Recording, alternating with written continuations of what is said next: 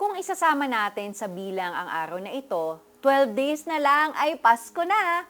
In the midst of our busyness, let's pause first and listen to God's Word upang ang season na ito ay maging tunay na meaningful.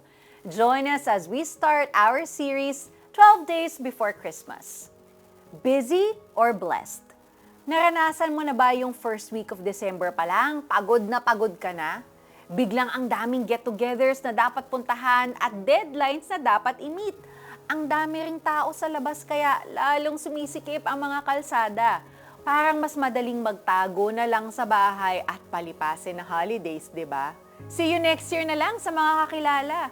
Maraming tao ang nakaka-experience ng holiday stress. Imbes na maging excited sa Pasko, nababurnout sila sa dami ng kailangang gawin. Kung isa ka sa kanila, baka makatulong sa iyo ang tips na ito. Tandaan ang reason for the season. Bakit nga ba tayo nagsiselebrate ng Christmas? Oo, time ito para magbakasyon, magparty at tumanggap ng mga regalo. But more than this, ipinagdiriwang natin ang birth ni Jesus Christ. May Pasko dahil bumaba siya sa mundo upang iligtas tayo sa mga kasalanan natin. Kung magfo-focus tayo dito, mas mananaig ang joy kaysa stress sa ating mga puso. Huwag kalimutang magpahinga. Si Jesus nga nagpapahinga tuwing napapagod siya from His ministry work. Tayo pa kaya?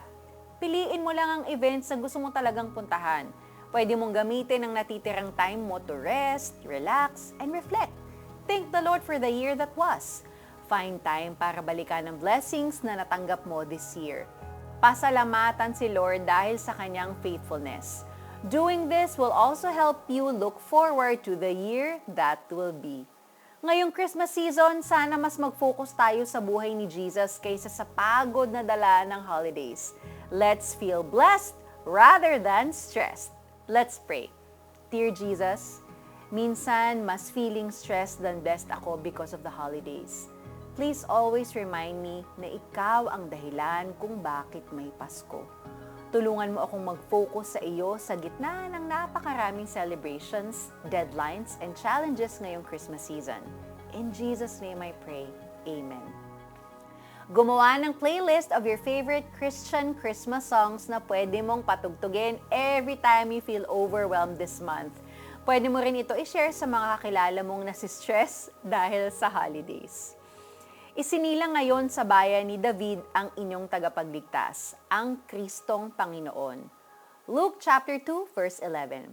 Samahan ninyo kami uli bukas sa ating series na 12 Days Before Christmas. Kita-kits! Ako po si Sonja Kalit. God bless you and have a great day!